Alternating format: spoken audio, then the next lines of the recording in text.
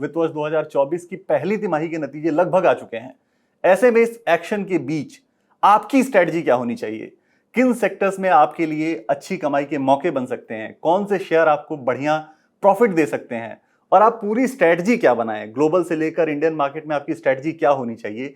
ये सारी चीजें समझाने के लिए और बताने के लिए इस वक्त हमारे साथ एक जाने माने मार्केट एक्सपर्ट हैं। हमारे साथ हैं सुमित पोद्दार, जो फाउंडर और सीआईओ हैं तिकोना कैपिटल के। सुमित सर, बहुत स्वागत है आपका बीक्यू प्राइम हिंदी पर। हाय, नमस्ते। Thank you for inviting.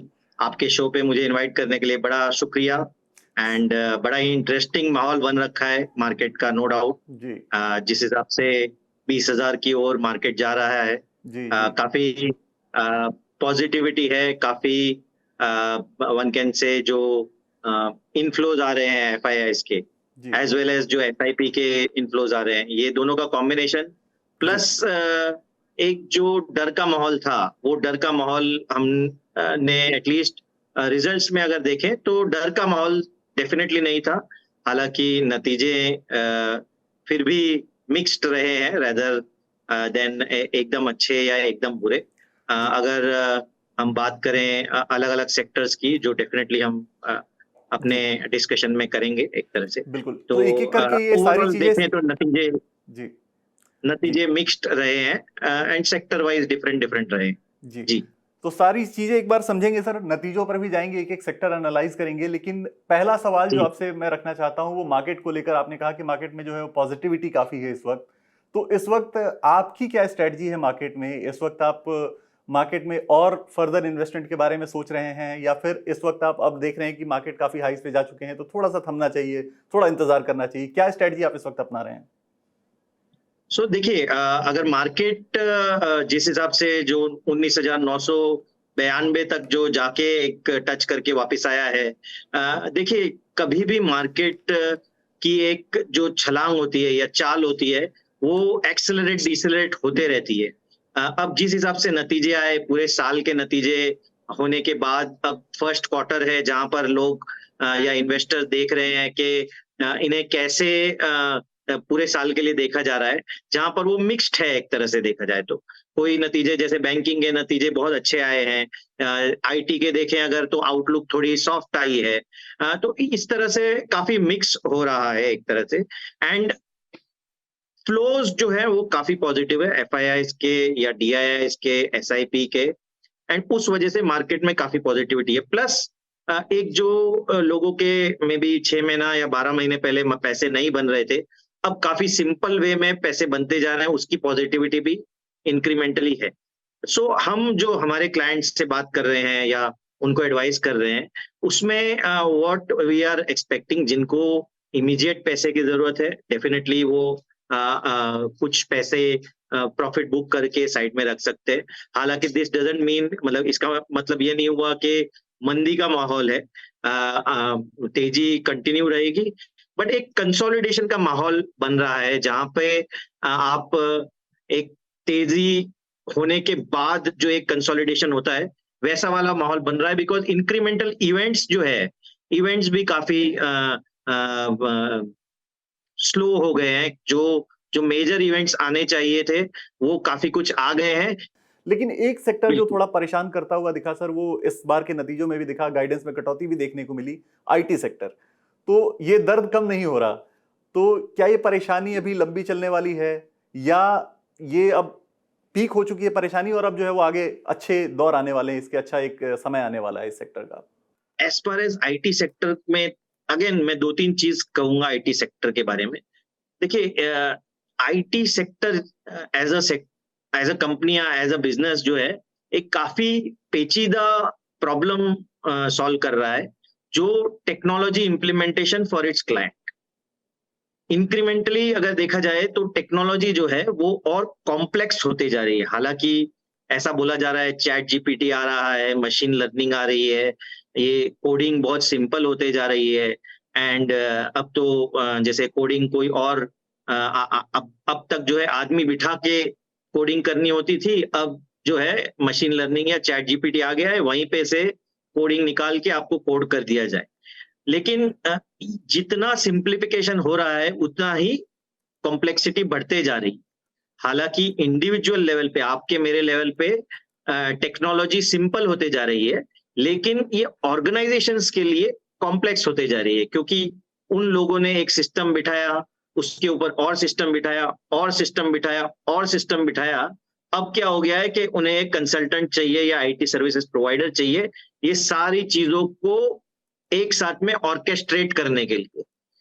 तो उस वजह से आपका जो बिजनेस मॉडल है वो कंटिन्यू रहेगा।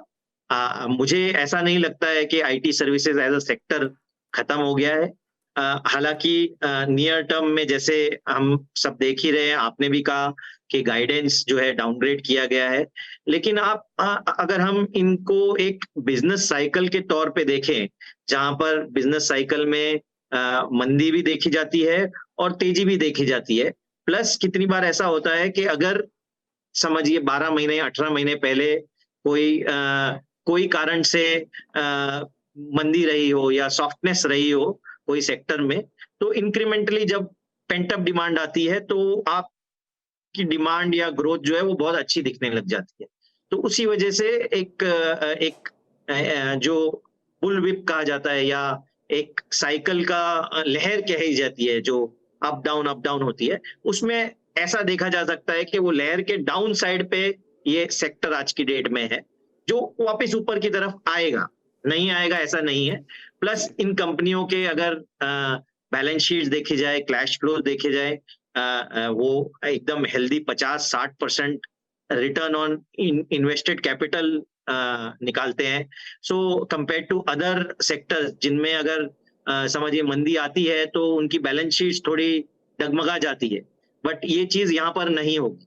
तो आई थिंक सेक्टर के लिए अगर 12 to 18 मंथ्स के लिए देखा जाए तो सेक्टर वापस लाइमलाइट में आ सकता है, डिमांड भी वापस आएगी। मार्जिन्स जो है वो अट्रिशन के वजह से एक बार सॉफ्ट थे लास्ट ईयर, अब अट्रिशन का भी इशू सॉल्व हो गया है एक तरह से।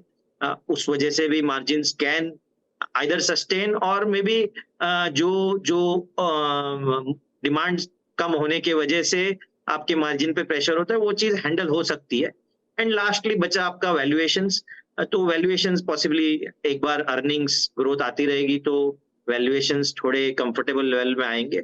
हालांकि नो डाउट ये इमीडिएट वाला सेक्टर नहीं है, बट 12 to 18 मंथ्स पर्सपेक्टिव से what we are advising our clients, या हम अपने क्लाइंट्स को ये कह रहे हैं कि यस, अगर अगर थोड़ा होराइजन लॉन्गर रखें तो ये सेक्टर जो है वो पैसे जरूर बना के देगा। जी। एक जो मैंने आपसे कहा था पहले भी कि एक इंटरेस्टिंग सवाल मेरे जहन में है, वो ये कि न्यू एज जो स्टार्टअप्स हैं उनको लेकर अब थोड़ी पॉजिटिविटी दिख रही है, क्योंकि जोमेटो पहली बार जो है वो प्रॉफिटेबल हुआ है। उसके अलावा अगर हम पेटीएम में देखें तो फाउंडर विजय शेखर शर्मा ने स्टेक बढ़ाया है, स्टेक खरीदा है। तो क्या ये जो मायूसी का माहौल थोड़ा खासकर लिस्टेड स्पेस में आ गया था, क्या ये मायूसी का जो माहौल है वो वापस से ठीक हो रहा है और पॉजिटिविटी आने वाली है, या अभी ये थोड़ा सिर्फ एक छोटी सी खबर है और उसके बाद जो है वो चीजें अभी उतनी भी ठीक नहीं है जितना हमें लग रहा है अभी? सो देखिए, इसको अगर हम स्ट्रेच करें, जब से ये कंपनियां मतलब मार्केट में आई हैं, लिस्ट हुई हैं, अगर पूरा एक सेक्टर का माहौल देखने की कोशिश करें, तो जब वो लिस्ट हुए थे या उनके आईपीओ आ रहे थे, काफी कुछ पॉजिटिविटी थी कि इसको कैसे देखा जाए, क्यों देखा जाए, कैसे। देखिए, मार्केट के लिए उस समय पर ये भी एक चैलेंज था, या एक एक समझदारी का चैलेंज था कि इन सब कंपनियों को वैल्यू कैसे किया जाए। जो कंपनियां काफी टाइम से लिस्टेड हैं, उनमें एटलीस्ट एक हिस्ट्री होती है ऑफ, एक परफॉर्मेंस की हिस्ट्री होती है, टॉप लाइन की, बॉटम लाइन की, ऑपरेटिंग प्रॉफिट की। बट इन कंपनियों में ये हो रहा था कि ये काफी तेजी से ग्रो तो हो रही थी, बट इनमें प्रॉफिटेबिलिटी या एक पाथ टू प्रॉफिटेबिलिटी जो कहा जाए, उस चीज की थोड़ी क्लैरिटी कम थी। एंड उस वजह से इनके वैल्यूएशंस जो है, वैल्यूएशन सेल्स मल्टीपल दी जा रही थी एंड थिंग्स लाइक दैट। सो उस टाइम पे माहौल डेफिनेटली काफी कुछ बबल जैसा हो गया था इन सब स्टॉक्स में। एंड काफी कुछ ऐसा भी कहा गया इन द हाइंडसाइट के इन स्टार्टअप्स को हमें थोड़ा कम वैल्यूएशंस पे देखना चाहिए था, या किसी और नजरिए से देखना चाहिए था। एंड ओवर अ पीरियड हमने देखा कि काफी कुछ जो प्राइवेट इक्विटी इन्वेस्टर्स थे या इन्वेस्टर्स थे इन सब कंपनियों में, उन्होंने आइदर डायरेक्टली इनडायरेक्टली एग्जिट लेने की कोशिश की। तो ये स्टोरी थी अब तक की। लेकिन ये एपिसोड से ये जरूर हुआ कि प्रमोटर्स रियलाइज्ड कि जब कंपनियां अनलिस्टेड होती हैं तो स्टोरी कुछ और होती है, और जब वो लिस्ट हो जाती है तो स्टोरी कुछ और होती है। एंड आई थिंक उसी चीज का एक एक संदेश पहुंचा है उन लोगों को, and that is why they have started becoming a bit more serious about the business.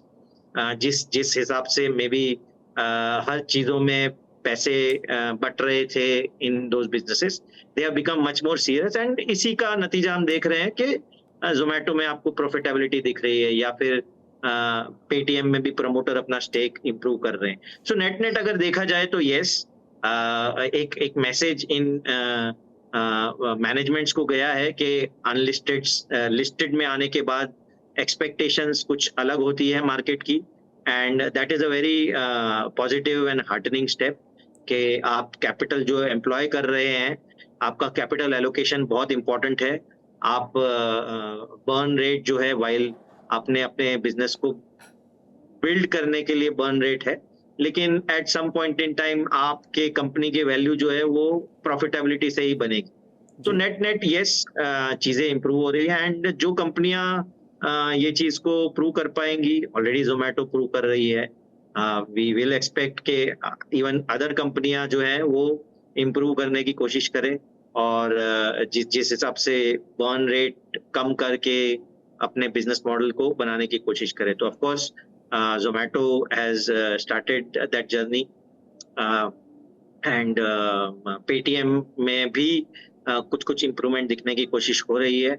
Same way अगर देखें, कार ट्रेड भी जो है अपना बिजनेस और एक्सपांड करने की कोशिश कर रहा है। जो उनके पास कैश पड़ा था वो डिप्लॉय करके अपने बिजनेस को एक्सपांड करने की, या ओवरऑल मार्केट, एड्रेसेबल मार्केट को एक्सपांड करने की कोशिश कर रहे हैं। सेम वे इवन नाइका जो है प्रॉफिटेबिलिटी में इम्प्रूवमेंट लाया है।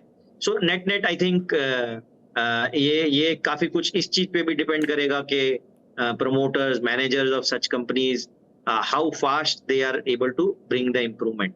जी। But yes, जैसे कि हमने डिस्कस किया, चीजें वापस इम्प्रूवमेंट की दौर पे आ रही है, एंड आई थिंक जिस प्रकार ये कंपनियां लिस्ट होके एक लीडरशिप रोल दिखाने की कोशिश कर रही हैं, सेम वे अगर ये इम्प्रूवमेंट लाके एक लीडरशिप रोल दिखाने की कोशिश करें, तो एक एक एक रोल मॉडल अदर कंपनियां जो है वो फॉलो करने की कोशिश करेगी, क्योंकि जी। काफी काफी यूनिकॉर्न्स लाइन में है जिनको लिस्ट होना है।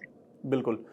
एक आखिरी सवाल, काफी समय में आपका ले चुका हूं सर, लेकिन एक आखिरी सवाल ये मेरे मन में है इसलिए क्योंकि मैं अभी पीछे कुछ यंगस्टर्स की बातें सुन रहा था, तो वो डिस्कस कर रहे थे स्टॉक मार्केट्स को, और उनमें से एक ने कहा कि आईपीओ से पैसे कमाना बड़ा आसान हो गया है, बहुत आसान हो गया है कि आप आईपीओ में पैसे लगाएं, और लगभग सारे आईपीओ जो है वो प्रीमियम पे लिस्ट हो रहे हैं। लेकिन मुझे लगा कि ये परसेप्शन ठीक है नहीं शायद। तो ये जो इन्वेस्टर्स हैं जो प्राइमरी मार्केट में इन्वेस्ट करते हैं, उनको आपकी क्या सलाह होगी कि क्या आईपीओ में इन्वेस्ट करना इस तरह से है प्रॉफिटेबल, ऐसा हमेशा होता है, या किन चीजों का ख्याल रखना चाहिए आईपीओ में इन्वेस्ट करने से पहले, प्राइमरी मार्केट में इन्वेस्ट करने से पहले? जी, डेफिनेटली देखिए, पैसे ऐसे चीज है जहां पर हम सबका इंटरेस्ट बना रहता है, और जितनी जल्दी बनता है उतना और मजा आने लगता है एक तरह से, विच इज वॉट जो आईपीओ में आज हो रहा है। मैं ये तो नहीं कहूंगा कि आईपीओ इन्वेस्ट नहीं करना चाहिए, हालांकि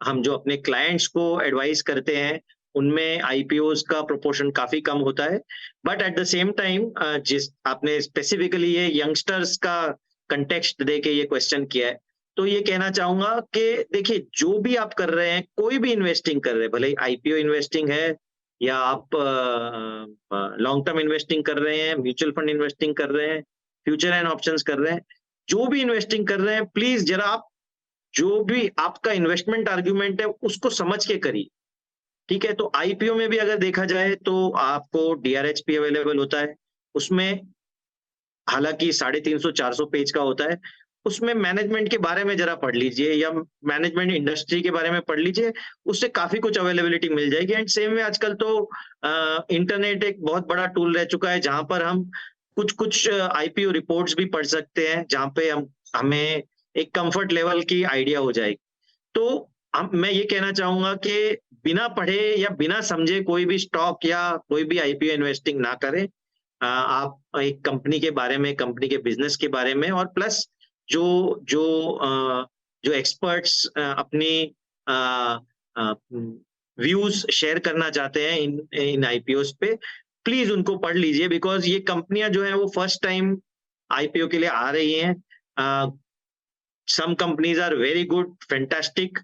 Some companies may not necessarily be what is being valued, it is being valued at. मतलब कुछ कंपनियां हो सकता है कि बहती गंगा में हाथ धो रही हैं। तो देखिए, हर तरह के इन्वेस्टर होते हैं, हर तरह की कंपनियां होती है। हमें अपने पैसे का मोल देखते हुए हमें अपना काम करना चाहिए।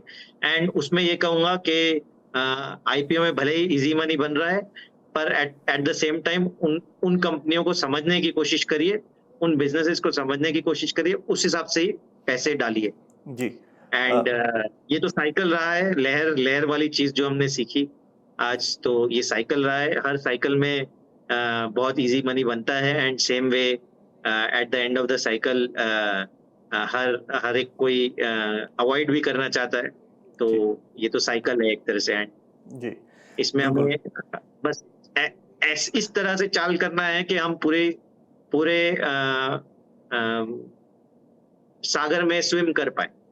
ट्रू, बिल्कुल सही सर। बहुत शुक्रिया, आज आपने काफ़ी समय दिया सर, और काफ़ी चीज़ें समझाई, हमने काफ़ी चीज़ों को डिस्कस किया, और जो ये लहर है, हम उम्मीद करते हैं कि दोबारा इस तरह की चीज़ें हम आपसे सुनते और समझते रहें और निवेशकों तक पहुंचाते रहें। बहुत शुक्रिया सुमित सर। शुक्रिया शुक्रिया।